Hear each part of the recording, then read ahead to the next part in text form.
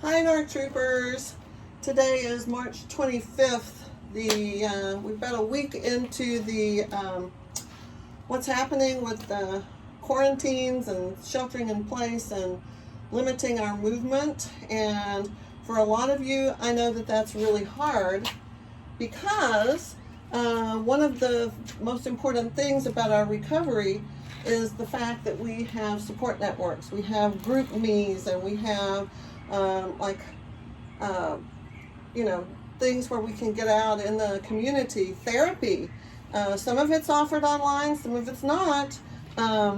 There's just so many things that are limiting right now.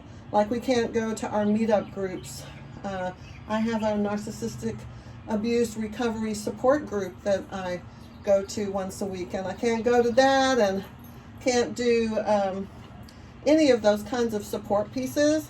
Luckily, some of the people have transitioned nicely to going virtual. I know Zoom is probably one of the most widely used alternatives to being in person, because you can set up a meeting, even a reoccurring meeting, and then you can get everybody together. You can see them and say, hey, everybody, how are you doing? And you don't feel quite so alone. I think isolation is tough when you're in recovery from trauma bonding and attachment disorders and betrayal trauma, because you need other people. You need that connection. You also need the validation from others who have experienced the same thing. But I just want to say that, just because your meetings have been canceled or that kind of thing does not mean that you cannot get together in other ways virtually. So I would encourage everybody to do that, to get outside. I want to show you, sorry, I'm having to man the camera myself. I'm outside in my front yard, and I don't know if you can see this over here, this direction, but wait, I guess you can't. Let me come back and turn this a little bit more to my front yard. Well, that might be the best view you're going to get. Anyway, I'm out here taking walks. I have a couple of friends from support groups who are meeting up with me, and we go down here to the trail and we walk. There's the Violet Crown Trail that goes up to one of the local parks here, and there's other arbor trails and things like that nearby my house. So we're doing like 2 or 3 miles a day. Some of you who are used to doing more, y'all should definitely get out there and do it. I know I've been walking that far almost every day. I've missed 2 days so far. One because of rain, one because of something else. And those were definitely days where I had more melancholy, more depression, more angry thoughts, like, oh my gosh, I can't believe that he just abandoned me in time for the apocalypse, just months before that something like this comes, like a big crisis, and he's gone. What's he doing? Is he holding up somewhere with his harem? Did he pick one of them to be the one to take care of him through this? Narcissists have trouble being alone.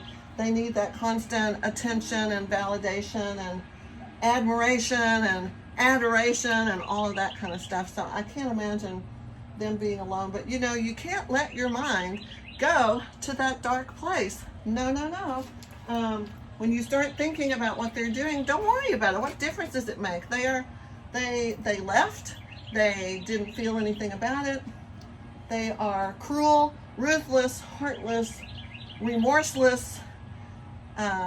I could keep going, but you get the idea. Don't let your mind go to that. It's naturally okay that it does sometimes on the days when you're not exercising.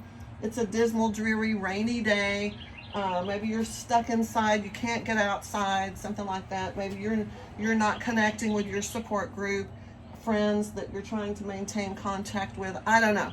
But I do know that if you get those things in place, get out, get some exercise, walk, do what you have to do to, get sweaty and get all that out of you, then your mind does not tend to go to what are they doing and that kind of thing.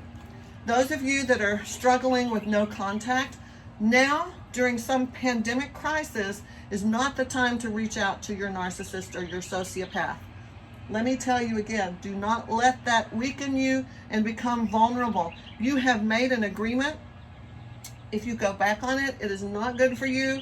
For me, January 20th was my last contact, and it's my final contact. It's been over 2 months, and I'm not going to talk to him or see him or have interactions with him again. Each time I do, my recovery resets to the beginning, and I have to go through horrible pain and suffering and anxiety and just anguish that I don't, I can't. I want to reclaim some kind of life, and I can't do that if I don't keep my no contact forever. So be strong, guys. Call somebody. Be like, AA does that thing where you have a sponsor, and if you feel like you're going to take a drink, you call your sponsor. Do that with your no contact narcissist sociopath.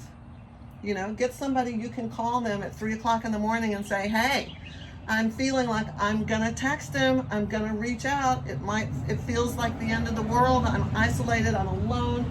Damn him or her. Let's not keep that. Not every narcissist is a guy. But don't do it. Don't break no contact. Get outside, exercise, go run, go jog, go walk, get in the sun, dig in the dirt. I've been working on my garden a lot. It's helping me.